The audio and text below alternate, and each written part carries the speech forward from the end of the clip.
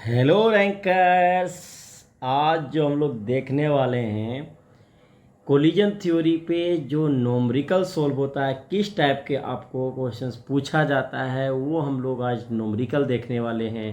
पिछले लेक्चर्स में जो हम लोग देखे कि कोलिजन थ्योरी क्या होता है, इसका ग्राफ की बात किए, एंडोथर्मिक में क्या होता है, एक्जोथर्मिक क्या होता है, ये सब हम लोग बात किए थे।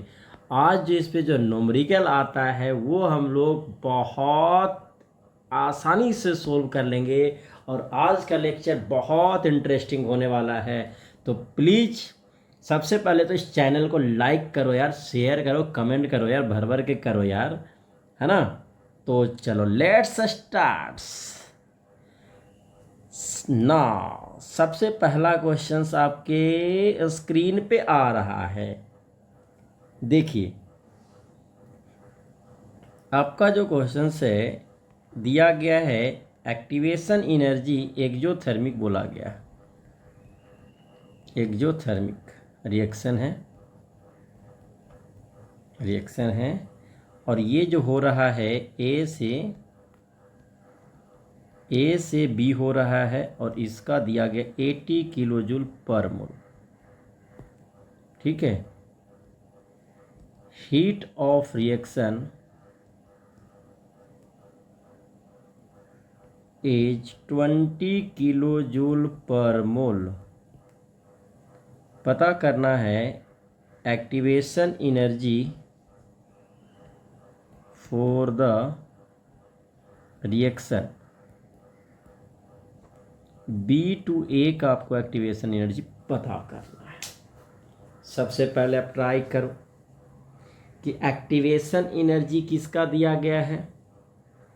तो activation energy exothermic of reaction है ना, हीट ऑफ रिएक्शन दे दिया गया है। आपको पता करना कि activation energy of forward reaction का क्या होगा। ट्राई कीजिए,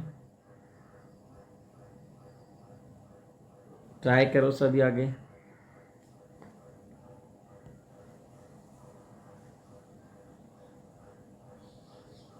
सभी ट्राई कीजिए।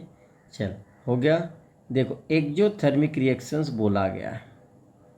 एक्जोथर्मिक रिएक्शन हो रहा है, इसका मतलब डेल्टा एच क्या हो जाएगा, नेगेटिव आ जाएगा।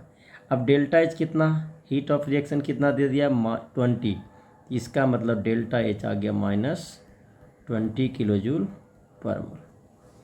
अब समझना बात को, ध्यान से समझिएगा। ए से बी रिएक्शंस हो रहा है, इसका मतलब ये फॉरवर्ड डायरेक्शन में हो रहा है। ए से बी जो रिएक्शन हो रहा है इसका मतलब ये फॉरवर्ड डायरेक्शंस हो रहा है। और जो आपसे पूछा गया कि बी से ए होगा तो ये क्या हो जाएगा, बैकवर्ड हो जाएगा।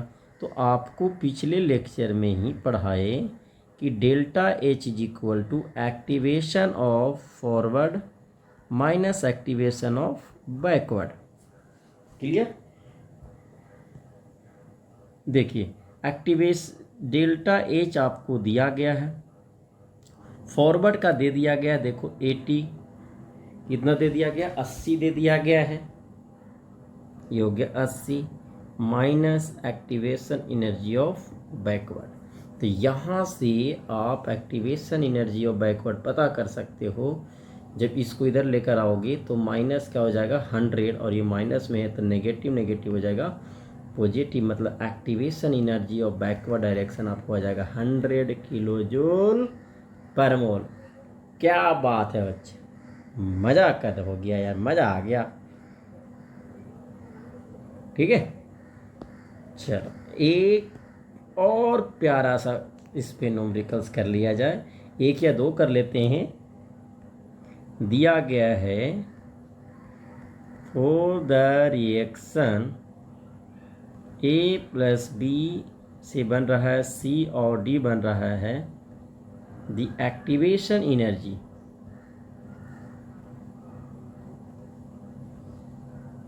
Is 32 kilo joule per mole for the reverse reaction. For the reverse reaction, the activation energy is 58 kilojoule पर मोल। डिटरमाइन करना है, फर्स्ट पार्ट में डिटरमाइन करना है nature of reaction, and second आपको पता करना है डेल्टा एच। तो नेचर ऑफ रिएक्शन के मतलब ये होगा कि एक्जोथर्मिक रिएक्शन होगा कि एंडोथर्मिक रिएक्शन होगा। तो समझिए बात को, ये जो रिएक्शन A + B से हो रहा है, द एक्टिवेशन एनर्जी इतना दे दिया गया, इसका मतलब है ये फॉरवर्ड डायरेक्शन की बात कर रहा है। तो सॉल्यूशन में आप लिखोगे एक्टिवेशन एनर्जी ऑफ फॉरवर्ड कितना दे दिया, 32 किलो जूल पर मोल। आपसे पूछना चाह रहा है कि for the reverse reaction, reverse मतलब इसको उल्टा कर दिया जाए, उल्टा का मतलब है C + D से आपको क्या बन रहा होगा, A + B बन रहा होगा। तो बैकवर्ड रिएक्शन का भी आपको दे दिया गया 58 किलो जूल पर मोल। तो आप डेल्टा एच पता कर लीजिए। डेल्टा एच क्या होता है, activation energy of forward minus activation energy of backward. तो 32 माइनस 58 कीजिए, क्या आ जाएगा, -26 किलो जूल पर मोल। अब बताओ यदि डेल्टा एच आपका नेगेटिव आ रहा है, इसका मतलब है, पिछले क्लास में पढ़ाए हैं एक्जोथर्मिक रिएक्शन। अगर आप इस वीडियो को देख रहे हैं तो सबसे पहले इसके पहले वाले वीडियो को आप जाकर देखिए, ठीक है, लेक्चर्स नंबर 10 जाकर देखिए, उसके बाद आप इसको इस लेक्चर्स पे आइए, ठीक है। एक बहुत इंटरेस्टिंग क्वेश्चन पूछा जाता है, बहुत इंटरेस्टिंग पूछा जाता है। देखिए, एक रिएक्शन ऐसा दे दिया जाता है कि an exothermic reaction, exothermic reaction है is occurring in 2 steps as follow। First reaction ऐसा बोला गया है, समझना प्यार से, A + B से आपको क्या बन रहा है, X बन रहा है, और ये स्लो है, स्लो स्टेप दिया गया है। सेकंड जो स्टेप लिखा गया है X है, और X से बन रहा है AB, और ये क्या कर दिया गया है, फास्ट कर दिया गया है। The process of reaction can be best described। तो इसमें मैं आपको ग्राफ देता हूँ। ग्राफ क्या है, समझिए बात को। फर्स्ट ग्राफ की बात करते हैं। ग्राफ से आपको सिलेक्ट करना होगा कौन सा ग्राफ सही है।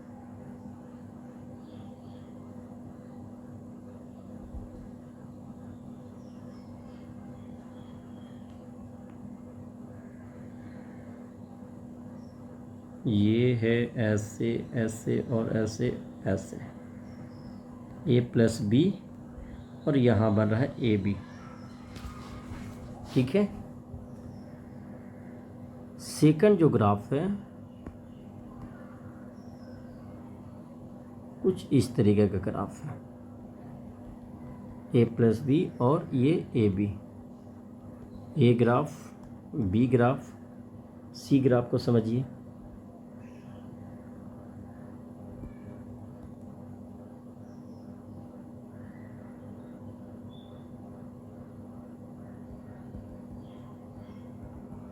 A + B, ये C ग्राफ है, और एक D ग्राफ को समझो।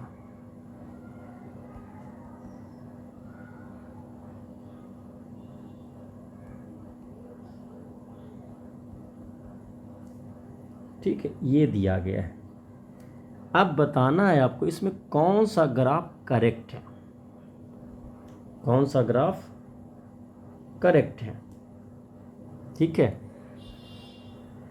बताइए, ट्राई करो। ये जो पार्ट है, ये जो पार्ट है, तो ये नीचे थोड़ा सा, ये नीचे ऐसे,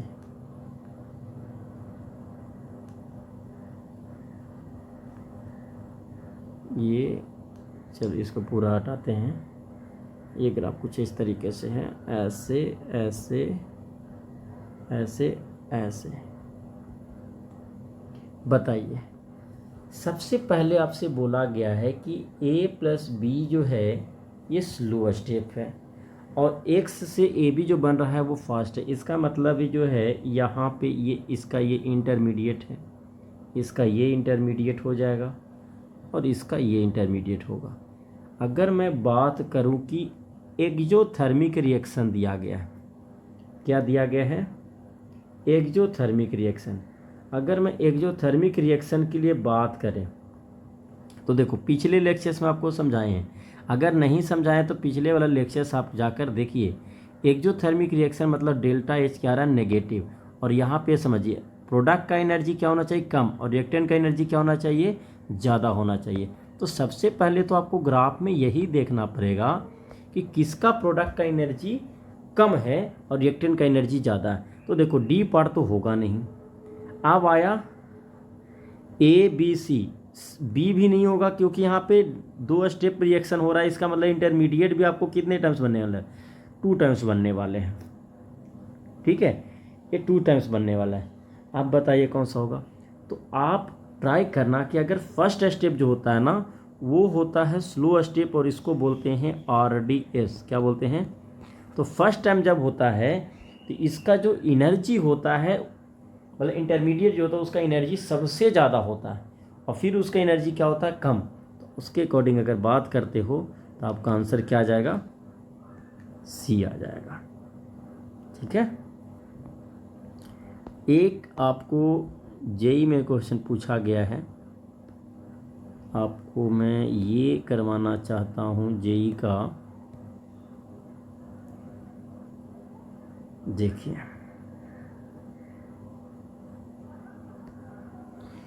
ए से आपको बी डेल्टा एच आपको दिया गया है। देखो यहाँ पे डेल्टा एच आपको दे दिया गया है। If the ratio of activation energy of the followed forward reaction and reverse reactions means delta H is equal to क्या होता है? Activation energy. देखो if the ratio of forward divided by backward is equal to क्या होगा? 2/3 आ गया। ठीक है, तो डेल्टा एच क्या हो जाएगा? Activation of forward minus activation of backward. तो यहाँ से आप लिख सकते हो activation energy of forward is equal to 2/3 activation energy of backward. No ये 40 आ गया, 2/3 बैकवर्ड माइनस EB। तो यहाँ से -40 और इसको सोल्व करेंगे तो EB माइनस क्या आ जाएगा? 3EB डिवाइडेड बाई 3 -40 और ये आ जाएगा EB डिवाइडेड बाई 3। माइनस से माइनस क्या आ जाएगा? कैंसल। और EB इज इक्वल टू क्या आ जाएगा? 40 इंटू क्या आ जाएगा? 3 मतलब 120 एक्टिवेशन एनर्जी ऑफ क्या पता चल गया? बैकवर्ड पता चल गया। अब activation energy of forward 2/3 activation energy of backward था। यहाँ देखिए स्टेटमेंट ये। अब यहाँ पे क्या करिए? 2 डिवाइडेड बाई 3 और 120। तो जब आप यहाँ पे इसको कैंसिल करोगे तो आ जाएगा 40। अब 40 आ जाएगा मतलब 80 किलो जूल पर मोल और ये भी आ जाएगा 80 किलो जूल पर मोल। तो आइए ऑप्शन चेक करते हैं। फॉरवर्ड होना चाहिए 80, बैकवर्ड होना चाहिए, बैकवर्ड कितना होना चाहिए?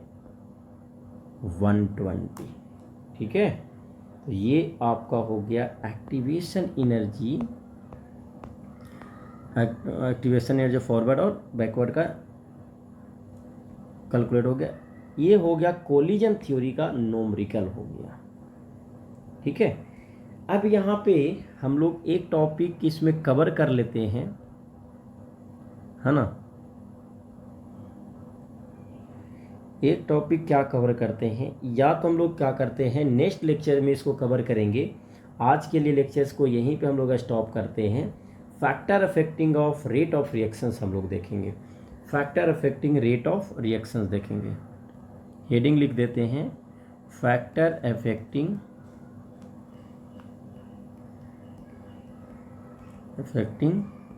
ROR देखेंगे। तो आप लोग ट्राई करना है कि एक बार पढ़ के भी आने का और इसको हम लोग नेक्स्ट लेक्चर में कवर करेंगे। तो आज के लिए इतना ही। आप इस लेक्चर्स को बार बार देखिए, कॉन्सेप्ट को समझिए, कोई भी प्रॉब्लम होता है कमेंट कीजिए, उस पर हम लोग काम करने की पूरा 100% काम करेंगे उस पर। ठीक है, तो आज के लेक्चर्स यहीं पे समाप्त करते हैं। जय हिंद, जय भारत।